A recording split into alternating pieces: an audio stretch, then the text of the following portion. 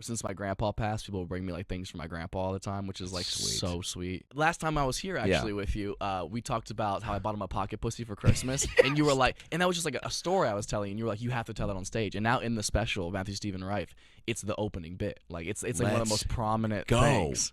So thank you for making me do that. I mean, bro, again, and he loved it too. Like he was obsessed with that joke. It embarrassed the shit out of him, but like he low-key loved it. That's big time. Absolutely. How did he kind of, I guess, shape? What do you think he would be saying right now with like the success you're going through? Like just enjoy it, or do you have kind of like little life things to kind of keep you on track?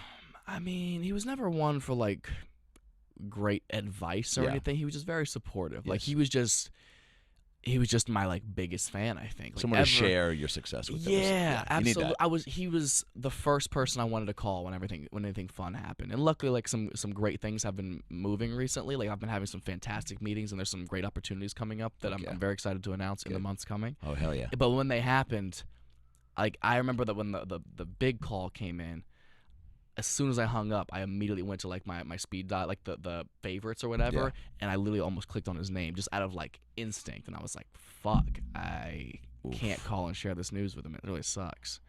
But I think he helped shape my comedy from birth. Like it's because I didn't have a dad. Like he was like my father figure.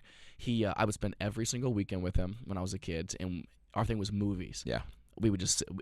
He didn't like have any like hobbies or interests or anything like that really. So we would just lay on the couch together and watch movies all week. Every time I would go to his house, he would have like 10 new DVDs that he would go buy, and we would watch them together. Huge. And most of them were comedies. Adam Sandler, David Spade, Jim Carrey, some raunchier stuff like Bad Santa is like one of the earliest Christmas movies I have a memory of. That's a great one to start off with. Oh, it's one of my favorite movies So he's ever. shaping your I mean, whether it's your point of view, your taste, though.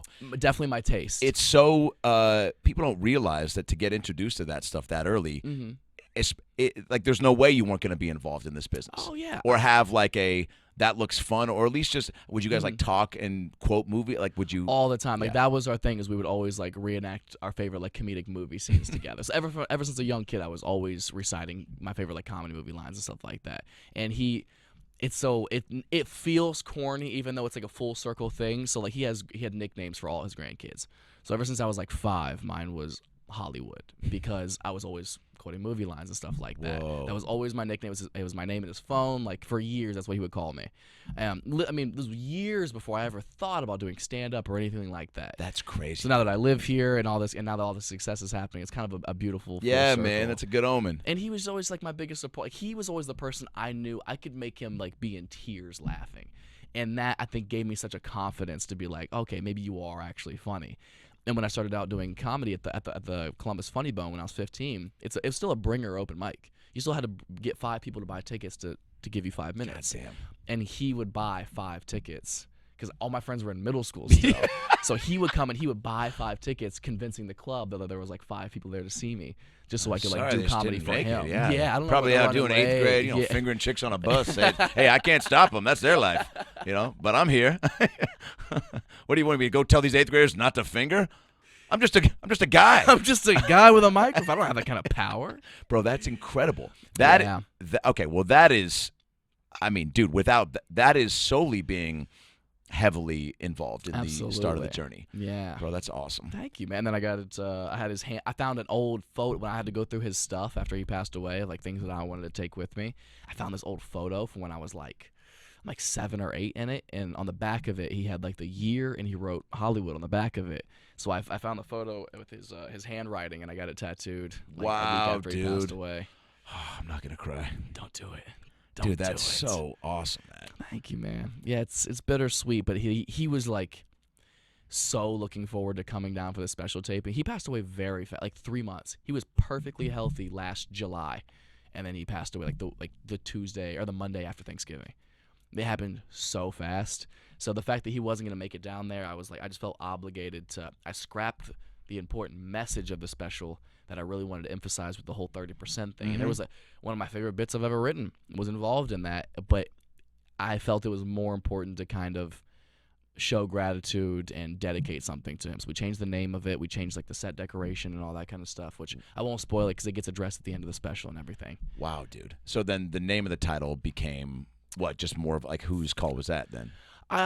Mine, and Eric Griffin directed it, so he was like very surprised. Like a week before the taping, he's like, "You want to change everything?" And I was like, "Well, let me get this straight. At least you change the title, just your name." But you know what? He ended up loving it though, because Eric's a big softie. Of course, he really is. He really is, and he's never afraid to tell you how it is. He was like, "Is this a ballsy move to scrap everything about a week beforehand?" But he's like, if you feel like that's the right thing, I support it, and let's make it the best. And it is something I'm like genuinely proud of now. He's really the first person in my family to like die in my lifetime. Like my dad died when I was 1, right? But like that had no effect on me. I have no memory of it or anything. Like I was 1. No, wasn't present for me. Yeah.